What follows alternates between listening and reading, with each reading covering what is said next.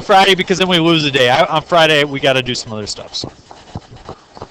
Oh, Friday, we got to do some ACT prep practice stuff. So, good times. All right. It says use the property of inverses to determine if f and g are inverses. This is the very last skill that you have to learn before you take your test. And I'll change the question. What would you do if I said show that 4 and negative 4 are additive inverses of each other? They are additive inverses, right? Because when you add them, you get 0. And if I said show that 2/5 and 5/2 are multiplicative inverses, you would multiply and you would get 1. Well, so we're going to do the same thing with functions, but here's the difference. There's two parts that are really important for you to understand. If two functions are inverses, we said when you compose them, you get x. Okay? So like here, the additive inverse is 0. The multiplicative inverse is 1. Function inverses give you x. Okay? And if you go like this, g of f of x, and you switch it, you also get x. So here's the difference, okay? You have to do both. And you say, well, why do I have to do both? Because order matters. In addition, if you switched around and did negative 4 plus 4, is that still equal to 0? It is. Addition is commutative and associative. You can switch it around and it doesn't change a thing. How about multiplication? Is multiplication commutative and associative? Yes. How about subtraction and division? No. 5 minus 3 is not the same as 3 minus 5. So compositions are not commutative and associative either. You can't just switch the order and have it still be the same. So you got to check both ways and make sure that they work. So we will do these 4 examples, and we're supposed to come out with x. Just like here we came out with 0, here we came out with 1. If we come out with x, we know that we're good to go. So we have f and we have g, and we want to see if they're inverses. And so I will do fog, and I will do goth. Fog and goth. That's what we're going to do today. So I will do f composed of g. So that means I take g and I put it in for x right over here. And you get 3 times the quantity x plus 5 over 3 minus 5. What to do, what to do, what to do. Does that simplify? Distribute. Do I distribute the 3 to the top or the bottom or both? This is 3 over 1, right? So you just distribute to the top. You can see the 3's are going to cancel. Leaves you with x plus 5 minus 5, which is x. So that worked. Now I got to check the other way. So I do goth. So I take f, because f is right here, and I plug it in for the x there. So if I wrote it out, if I distributed the 3 through on top, I would get 3 times x plus 3 times 5 is 15, all over 3 minus 5. Now, can I take a 3 out of the top? Yeah.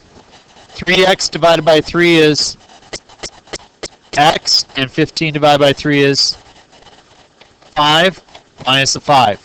So anytime you multiply that 3 through, if I can cancel it off ahead of time, I sure can do that. Okay. So you can see that if we did distribute it through and then just factored it back out, which is what it is, you can see that they're going to cancel anyway. Good question. Now I do goth, and so I take that 3x minus 5, I plug it in there, 3x minus 5, that quantity, plus 5, all divided by 3. What simplifies in the top? Negative 5 and positive 5 make 0, so I have 3x divided by 3, which is x. So, the question is, are they inverses? Yes, they are inverses. Yay.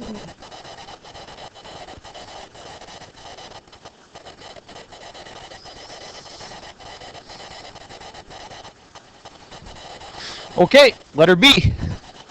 Same process. I do fog and Goff. So,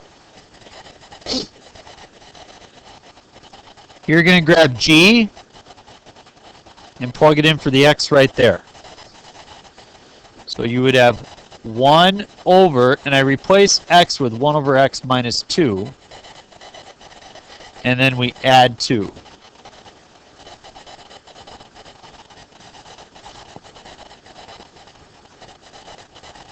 What simplifies in the denominator? Negative 2 and plus 2 make 0. So you got 1 over X. Anybody know what 1 over X is? Every other class has asked this question, so I'll write it out. 1 over X. That's the same thing as if you want to write it as a complex fraction, you can. 1 over 1 divided by 1 over X. We multiply by the get X over 1, which is X. Now, some people can look at this right away and say that 1 over something will be its reciprocal, which is correct. And so the reciprocal of 1 over X is X. Some people just see it like that. If you need to go through and do the multiply by the reciprocal and everything, then go ahead. So that's why. That's why. So we get X. Yay! Fog worked out. Let's try Goff. And for Goff, I take what f of x is, and I plug it in right there. 1 over x plus 2. Whoop, sorry. See, it's sometimes confusing. We're going to take the whole thing and plug in for x. So it's 1 over x plus 2. And then off to the side, I've got a minus 2. So from the example we did above, can you see what 1 over x plus 2 is going to be? X plus 2 minus 2 is x. Yay!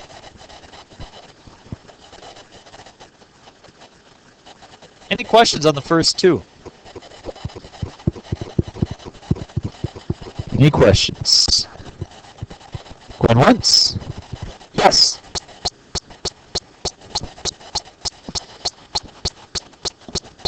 If they don't work, you write a no with a sad face. C does not work out, and I'll show you why.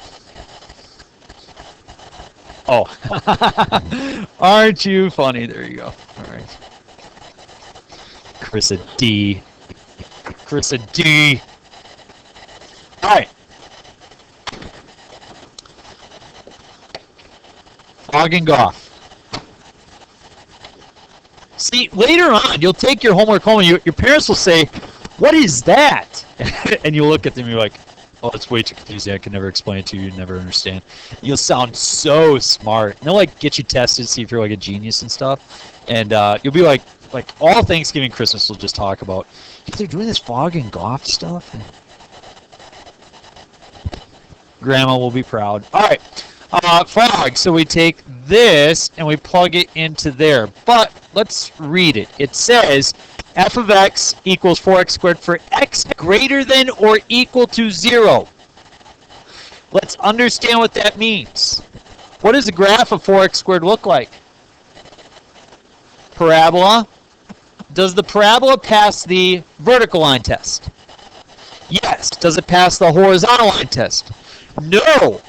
And so you cannot find inverses if it does not pass the horizontal line test. So what the problem says is, let's just scratch off that part.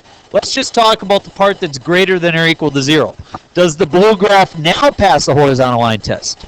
Yes, so it says we can now talk about its inverse in an appropriate manner. Otherwise, it would not entirely make sense. Okay, so let's do that. So we're going to do Fog. We take the square root of x over 2 and we plug it in there. We get 4 times the quantity Square root of x over 2 squared. Square root of x over 2. We square it. What do you get? Yeah, square root of x squared is x, and 2 squared is 4. And what is 4 times x over 4?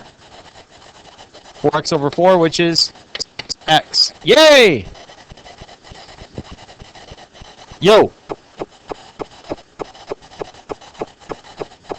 Then they are not inverses of one another. And we will show you an example D.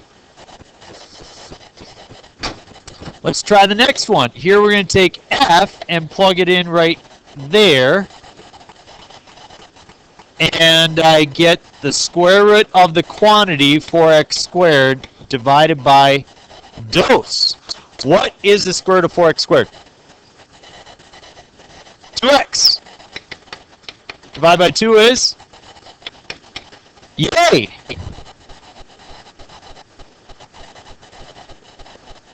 Yep. Your last example, example D, just a D. Some people look at it and they say, oh, I see 1 over x a third and 1 over x a third. Well, if they're the same, obviously they are not inverses of each other. Can anybody think of a function that if you take the inverse, you get the original function?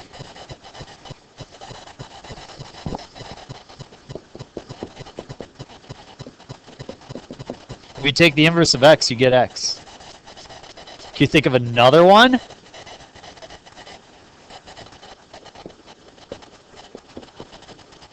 If you work this out, they will also be inverses of each other. So there are times where functions and their inverses can be the same. But if you work this out, this example right here, so don't just assume right away that by looking at it that because they're the same, they won't work out. Set up fog and goff.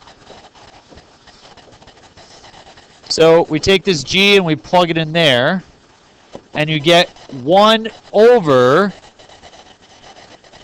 and this is going to be 1 over x to the third, all to the third power. So, what do I have on the top?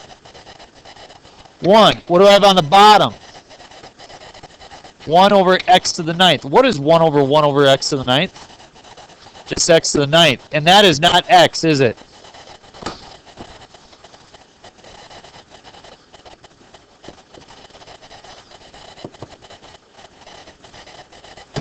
No, they're not inverses. Just have test 1. If it doesn't work for 1, then no good. Foul. Yeah? No, not always, but most of the time. Is it, so her question, if I may rephrase your question, is it possible that one works out and not the other? Yes. Not likely, but it is possible. I just had a thought. What if we ran math class like you do a basketball game? Like 5 fouls, you're out. You know what I mean? Like if you get 5 problems wrong during class, boom, you kicked out of class. I don't know. We can play NBA rules, you get 6. Alright, here's your assignment. Just a couple problems. You have the rest of this hour to work. You have all of Tuesday to work. You have all of Wednesday to work. You have a test on Thursday. Good luck.